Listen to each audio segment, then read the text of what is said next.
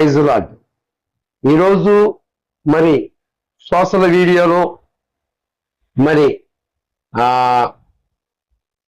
దైవ సేవకుడు పగడాల ప్రవీణ్ అన్నని ప్రపంచవ్యాప్తంగా సత్య సంబంధిగా ఉన్న ఆయన మీద కొన్ని మతోన్మాద శక్తులు ఆయనని హతమార్చి ఎక్కడ దొరికిపోతారేమో అని చెప్పి ఒక వ్యూహం ప్రకారముగా, ఒక ప్లాన్ ప్రకారముగా ఆయనని హతమార్చి తర్వాత ఈ మతోన్మాద మూక ఎక్కడ దొరికిపోతారో అని చెప్పి ఒక పగడాల ప్రవీణ్ అనని ఆ దైవ సేవకుని మీద ఆయనని హతమార్చడమే కాకుండా నిర్మాషంగా ఆయన మీద దాడి చేసి ఆయనని అది ఆయన పగడాల ప్రవీణ్ గారు మృతదేహమును భౌతిక దేహాన్ని చూస్తే అర్థమవుతుంది. ఒక చిన్న పిల్లవాడికి కూడా అర్థమవుతుంది ఏమని, చంపివేశారు ఆయనని చంపారు అని అర్థమవుతుంది. ఈరోజు వైన్ షాపులోకి పాస్టర్ పగడాల ప్రవీణ్ గారు మరి వైన్ షాపులోకి ఆయన వెళ్ళి ఒక బాటిల్ తీసుకొని ఏమండి అంటే ఎట్ట చిత్రీకరించారంటే సరిగ్గా మనం సినీ ఫీల్డ్లో కొన్ని మూవీస్లో ప్రీ ప్లాన్ మర్డర్ అనే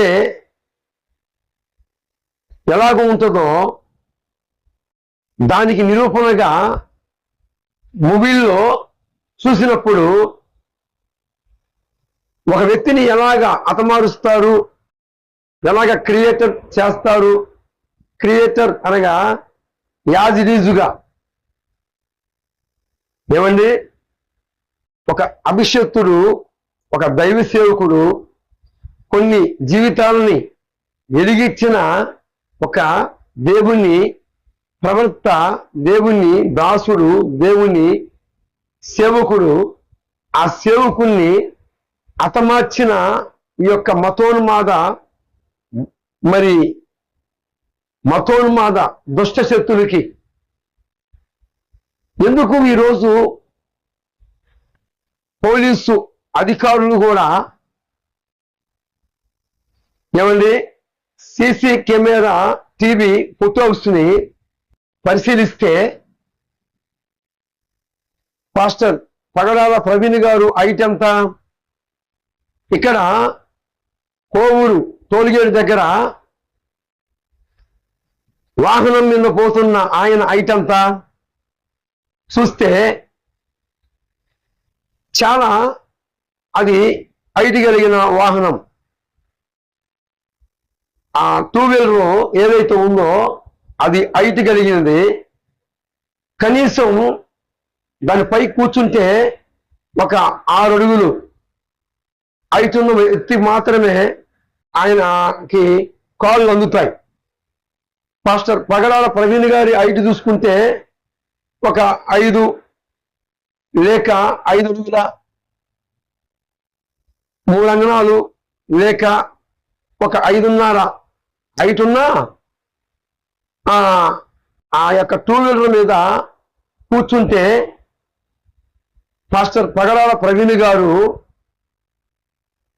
ఆ 2 వీలర్ మీద ఉంది ఆయనే అయితే చూడండి, గమనించండి, ఆ సీసీటీవీ ఫుటేజ్ని గమనించండి. కోవూరు టోల్గేట్ దగ్గర ఏ ఫోటోస్ అయితే ఆ వీడియో క్లిప్పులు వైరల్ అవుతున్నాయో ఆ పాస్టర్ పవరాల ప్రవీణ్ గారి మీదకి ఎలాగా దాన్ని ఆమోదిస్తున్నారో చూడండి. పాస్టర్ పగడాల ప్రవీణ్ గారి అయితే అసలుకి ఆయనకి కాళ్ళు అందటము అసంభవం.